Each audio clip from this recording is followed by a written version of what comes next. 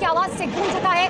Iran की तरफ से मिसाइलों की आतिशबाजी। 14 जून 2025 सुबह 2 बजे इजराइल ईरान पर सैन्य हवाई हमले करता है, जिसमें लगभग 200 प्लस फाइटर जेट्स F-35 भी शामिल थे। इनके निशाने पर था नतनज और फोर्डो के न्यूक्लियर फैसिलिटीज। IRGC के उच्च कमांडर जिसमें हुसैन सलीमी और मोहम्मद बगीरी था। रिपोर्ट के अनुसार इस हमले में 78 से 90 ईरानी मारे गए हैं और कहा जा रहा है कि 300 प्लस से ज्यादा घायल हुए हैं। फिर बताया जा रहा है कि ईरान ने उसी रात जवाबी हमला दिया, जिसने उसे ऑपरेशन ट्रू प्रॉमिस थर्ड के नाम से संबोधित किया है। लगभग 100 से 150 बैलिस्टिक मिसाइलें भेजी गई, 100 प्लस ड्रोन भेजे गए इजराइल की तरफ। देखो भाई, अब आपको मैं बता दूं इजराइल ने हमला किया क्यों था। इजराइल को डर है कि ईरान न्यूक्लियर बम बनाने के बहुत नजदीक पहुंच चुका है। उसे शक है कि IRGC साइंटिस्ट रेड लाइन पार कर चुके हैं, इसलिए इजराइल ने पहले हमला किया और खतरा खत्म करने की कोशिश की। सामने एक वर्ड आया होगा रेड लाइन, तो अब समझते हैं रेड लाइन क्या होता है। देखो भाई, ये कोई एक लाइन नहीं होती, एक चेतावनी होती है। अगर कोई देश इसे पार करता है तो दूसरा देश उसके खिलाफ एक सख्त एक्शन ले सकता है, फिर चाहे स्थिति युद्ध की क्यों ना हो जाए। इजराइल के लिए रेड लाइन क्या है? इजराइल का कहना है कि अगर ईरान न्यूक्लियर बम बनाने की आखिरी स्टेज पर अगर पहुंचता है तो हम उसके ऊपर हमला करेंगे।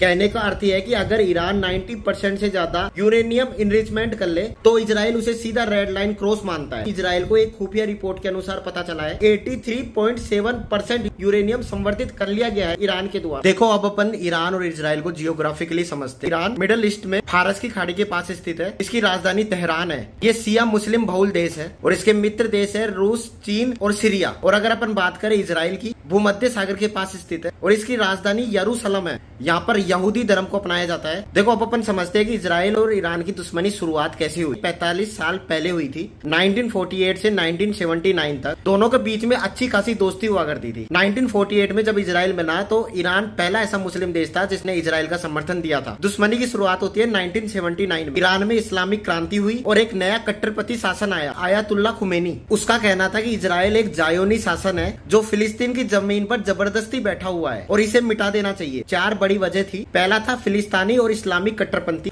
ईरान खुद को फिलिस्तीन का असली रक्षक मानता है और जबकि इजराइल को कब्जा करने वाला देश मानता है। और दूसरी सबसे बड़ी वजह है वो है न्यूक्लियर प्रोग्राम की। ईरान छुपकर परमाणु बम बना रहा है और इजराइल इसके समर्थन में बिल्कुल नहीं है। इजराइल कहता है कि अगर ये संभव हुआ तो ये हमला कर देगा। तीसरी सबसे बड़ी वजह है वो है proxy war. Iran Hezbollah, Hamas और हौती जैसे ग्रुप को फंड देता है जो इजराइल पर डायरेक्ट हमला करते हैं। और सबसे बड़ी जो लड़ाई है वो है रिलीजियन और आइडियोलॉजी की। इजराइल यहूदी राष्ट्र है, ईरान शिया राष्ट्र है। हुआ क्या था कि हमास ने 2023 में इजराइल पर हमला किया था और जिसका समर्थन ईरान ने किया था। इजराइल गाजा पर हमला करता है, ईरान वापस हमला करता है और ये दोनों में युद्ध की सिचुएशन बन जाती है। भारत की बात करें तो भारत एक न्यूट्रल है। ना तो भारत ईरान के समर्थन में बयान दे रहा है, ना इजराइल के समर्थन में दे रहा है। अगर व्यवहारिक रूप से देखें तो इजराइल से भारत की अच्छी खासी दोस्ती रही है और मोदी और नेतन्याहू की दोस्ती तो